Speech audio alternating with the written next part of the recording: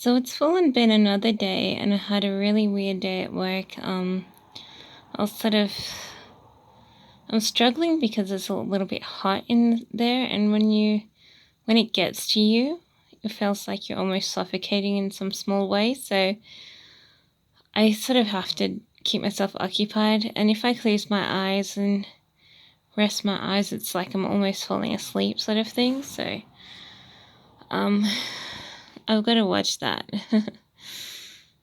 Like, I try and keep myself awake, but sometimes it's so hard.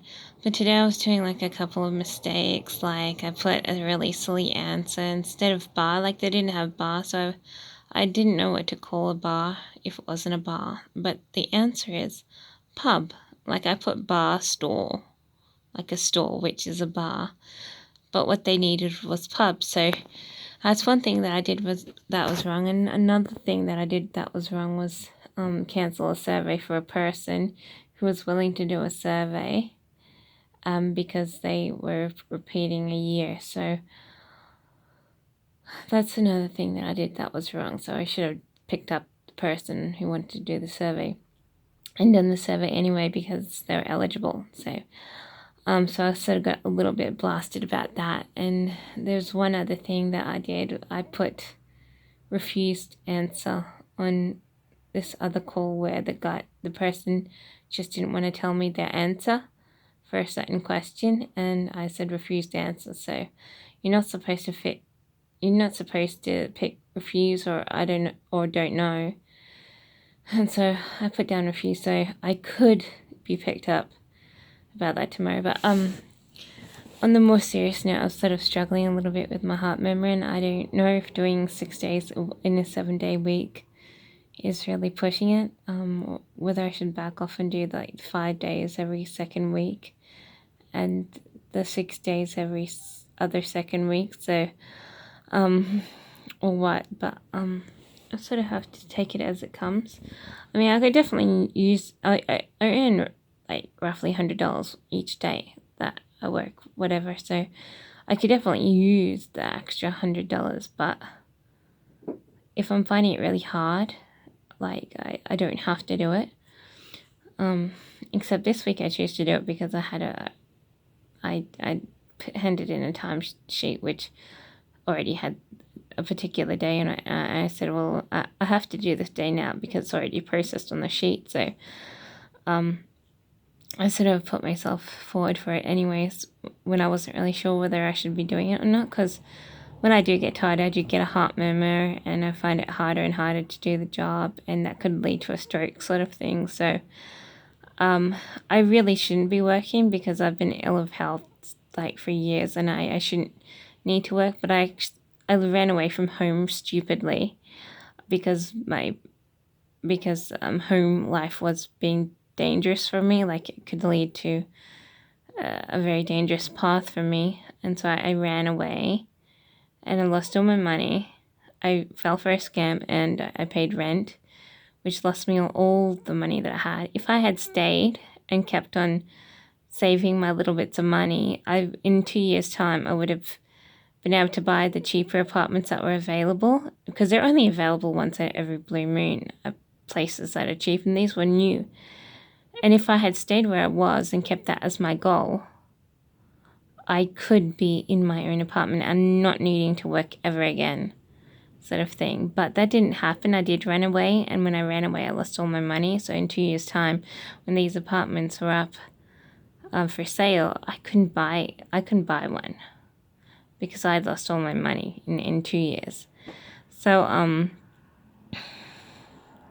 it's taken forever to get back money which I had saved within 3 years, because I keep on needing to use my money. Number one, when I was younger, I didn't need to use as much because I was being sort of bought things because I was still kind of young. So I've needed to use it, number one.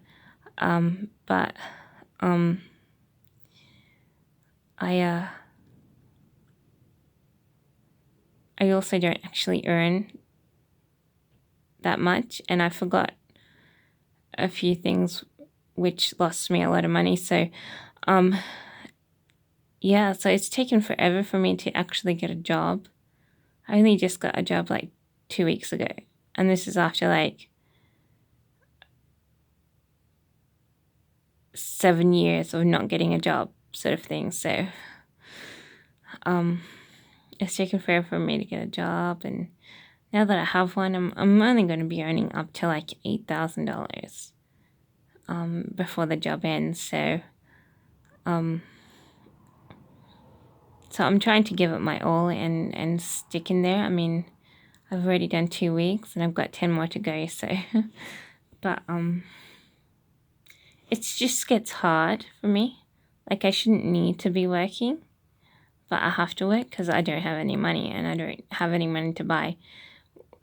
Now apartments cost like $400,000, and houses, unless you go to a cheap place, a cheap area, they cost, $800,000. So, and that's what I really want. But yeah, but that's a long way away. I mean, I don't even have a deposit for any place. Like, if they had cheap apartments again for sale tomorrow, unless they were bigger than 35 square meters or 40 square meters, which is not the norm, then I need like triple the money that I have. It's like, in these other places you need triple too. So, so I'm a long way off from my dreams, but I'm sort of keeping it in the back of my mind. I'm trying to give my all, but it's hard. It gets hard. Like, at some time, if I feel like I just can't do it, I might have to like let it go. But I'm trying to stick to it because I want the good report and the experience and the money. So, but it just gets harder the longer I do something. And on average, I last 2 years before I'm sort of completely kaput. And in my mind, logically thinking, I only have to do this for like 12 weeks, and I've already done 2, so I've got 10 more weeks to go. Logically thinking I should be able to do this, but it does get hard. And when it gets hard, I struggle. And when I struggle, I get moody and worried that I could harm myself. I really shouldn't be working, but I am. So, yeah. But I have to go to sleep now because I'm going to get up early tomorrow. So I've got 5 hours of sleep if I drop the phone right now. So I better go. And hopefully I'll have a great day tomorrow. It's like an 8-hour shift, and so I'm not sure if I'll be able to handle it, but I'm giving it a go. So, yeah.